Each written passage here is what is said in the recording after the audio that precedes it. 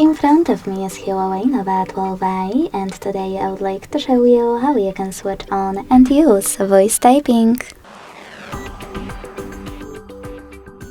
All you need to do is open your keyboard and hold this microphone at the bottom right corner of it. If you never used it before, hit allow only while in use or allow this time only. Then hold it again only for a second. Now start typing. As you can see, voice typing is on. If you wish to stop, click on Done. If you wish to start again, click on the microphone.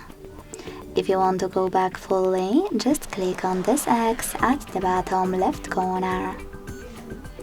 Thanks so much for watching. If you enjoyed this video, leave a like, comment and subscribe. Bye!